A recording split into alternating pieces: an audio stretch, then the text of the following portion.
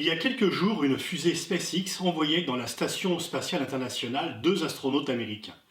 À peu près au même moment, Bill Gates faisait un très gros chèque à l'Organisation mondiale de la santé pour venir compenser le retrait américain et le fait que la contribution nationale américaine à l'OMS allait cesser. Et puis il y a un peu plus longtemps encore, Mark Zuckerberg, le patron de Facebook, voulait lancer une monnaie, la Libra, pour permettre aux consommateurs de payer directement avec cette monnaie. Alors, qu'ont ces 3 événements en commun?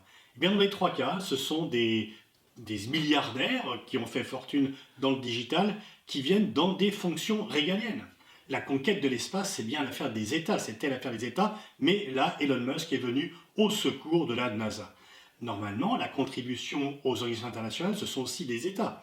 Mais à partir du moment où les États-Unis se retirent comme État, eh bien, Bill Gates vient suppléer la défaillance de l'État américain.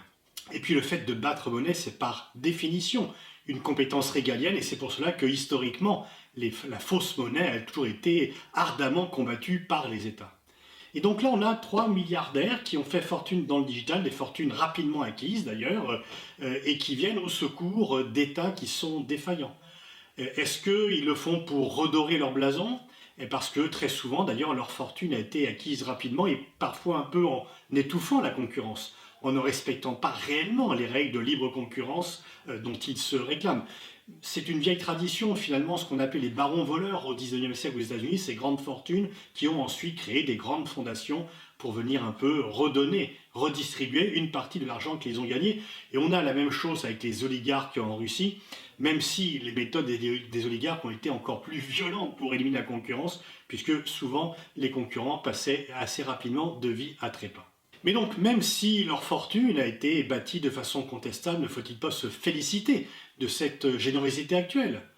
En fait, s'ils viennent au secours des États, c'est que très souvent, ils ont contribué à appauvrir les États.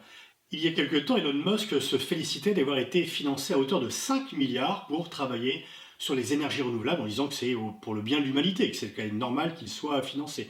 Et on sait que toutes ces compagnies ont très largement pratiqué l'évasion fiscale et finalement c'est parce qu'elles payent peu d'impôts qu'elles se sont bâties des fortunes rapides et que finalement elles viennent au secours d'États qu'elles ont contribué à appauvrir auparavant. La fortune de Jeff Bezos, le patron d'Amazon, s'est accrue de 25 milliards de dollars au cours de la crise du Covid-19, c'est-à-dire à peu près le PIB du Honduras.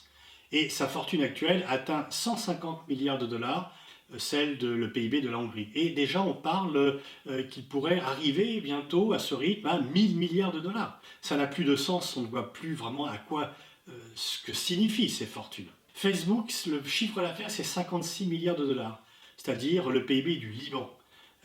Quant à Alibaba, c'est 48 milliards de dollars, le PIB au choix de la République démocratique du Congo, qui est un pays pauvre, effectivement, ou de l'Azerbaïdjan, qui est pourtant un pays pétrolier. Facebook a 2,6 milliards d'utilisateurs, c'est-à-dire que c'est à peu près autant que la population de la Chine et de l'Inde réunies. Alibaba a 650 millions de clients, ça en ferait le 3e pays du monde, en termes de population, si c'était un pays. Donc on voit que ces groupes de digital créés très récemment, ont acquis des pouvoirs d'une stature quasi étatique et ont des actions régaliennes désormais. Bien sûr, on pourrait se dire, finalement, est-ce qu'il ne peut pas préférer Bill Gates à Donald Trump? Bill Gates essaye de faire le bien, il a, depuis déjà très longtemps, avec sa fondation, il dépense des fortunes pour aider à améliorer la situation sanitaire en Afrique, à faire des campagnes de vaccination, et finalement, puisque Donald Trump agit de façon aussi inconséquente, c'est bien qu'il y a quelqu'un de plus cohérent, même si c'est un individu privé, qui vient au secours de l'OMS. Mais si le comportement de Bill Gates, quelles que soient les conditions de constitution de sa fortune, est louable, ce n'est pas tout à fait le cas de Jeff Bezos ou d'Elon Musk. Elon Musk a lutté contre le confinement en Californie, menaçant de changer ses usines si le confinement allait durer, disant que c'est une mesure fasciste. Et on sait très bien que, quitte à parler de fascisme, il fait une guerre extrêmement dure aux ouvriers de ces usines qui voudraient se syndiquer. Quant à Jeff Bezos, lui aussi a une politique anti-syndicale très forte, on l'a vu lors du Covid-19 en France, mais c'est partout pareil, c'est vraiment un patron de choc par rapport à ses ouvriers, à un tel point d'ailleurs que dans les entrepôts, les employés doivent avoir une bouteille pour pisser dedans parce qu'ils n'ont pas le temps d'aller aux toilettes. Donc bien sûr, Bill Gates, c'est tout à fait appréciable, mais les autres milliardaires font le bien d'un côté et ont des pratiques tout à fait déplorables, contestables et critiquables de l'autre. En fait, ces milliardaires capricieux qui prennent l'importance d'État eh bien, posent un problème, c'est-à-dire que qui les contrôle? On peut être contre Donald Trump, mais finalement, c'est le public américain, les citoyens américains. Donald Trump doit rendre des comptes aux électeurs américains. Et même dans les pays autoritaires, eh bien, les dirigeants doivent rendre des comptes à leurs citoyens. On l'a vu, y compris en Chine. La Chine n'est pas une démocratie, bien sûr, mais finalement, Xi Jinping a été mis en cause au début dans sa politique de lutte contre le Covid-19. Donc les États, dans les États, à part peut-être en Corée du Nord, eh bien, à des degrés divers, les dirigeants doivent rendre des comptes. Les milliardaires n'ont de compte à rendre à personne sauf à eux-mêmes ou à leur famille. Et donc ils utilisent leur fortune à des fins personnelles comme bon leur semble. Et le danger, s'ils prennent trop d'importance, c'est que s'il n'y a aucun contrôle sur l'activité, eh bien c'est qu'au moment même où on s'est battu pour la démocratie, où la démocratie, avec bien des difficultés, progresse, se crée finalement une oligarchie.